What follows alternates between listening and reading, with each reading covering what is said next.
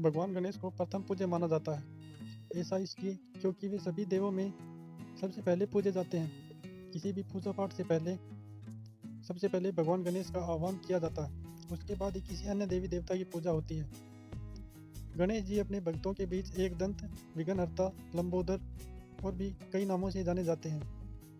वहीं दूसरी ओर भगवान परशुराम परशु पराक्रम का प्रतीक होता है और राम सत्य और सनातन का पर्याय है। इस प्रकार परशुराम का अर्थ पराक्रम के कारक और सत्य के धारक से है। भगवान गणेश और परशुराम के बीच भयंकर युद्ध हुआ। एक बार भगवान परशुराम ने अपने इष्ट भगवान शंकर के दर्शन के लिए कैलाश गए। वहां भगवान शिव माता पार्वती के साथ विराजमान थे।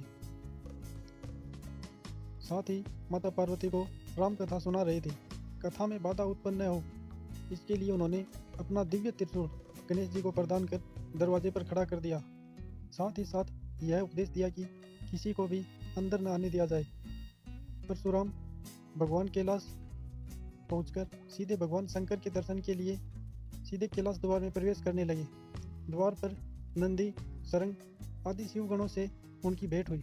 परशुराम जी ने उनसे शिव जी के बारे में पूछा कि वे इस समय कहाँ हैं। इस पर नंदी ने कहा इस बात की उन्हें कोई जानकारी नहीं है कि शिव जी कहाँ हैं।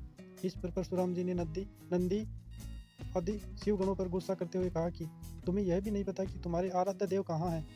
ऐसे में तुम शिवगण कहलाने लायक ही नहीं हो।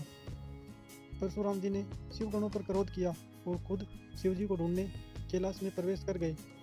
बहुत ढूंढने के बाद भी उन्हें भगवान शंकर कहीं नहीं मिले। अंत में एक घर दिखाई दिया जहाँ द्वार पर एक बालक पहरा दे रहा था। परशुराम जी इस बालक के पास पहुँचे और वहीं से द्वार में प्रवेश करने लगे। तब गणेश जी ने उन्हें वहीं रोका।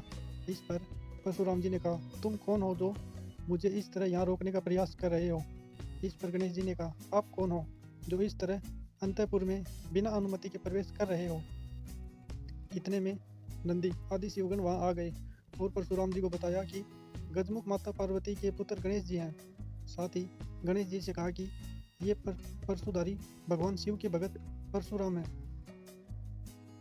परशुराम जी ने कहा कि ये विचित्र बालक जिसका मुंह गज का है और बाकी का शरीर इंसान का है कैसे माता पार्वती का पुत्र हो सकता है। तभी गणेश जी ने परशुराम का उपहास करते हुए कहा कि आप देखने में तो ब्राह्मण लगते हैं लेकिन आपके हाथों में कमंडल की जगह ये परशु क्यों है।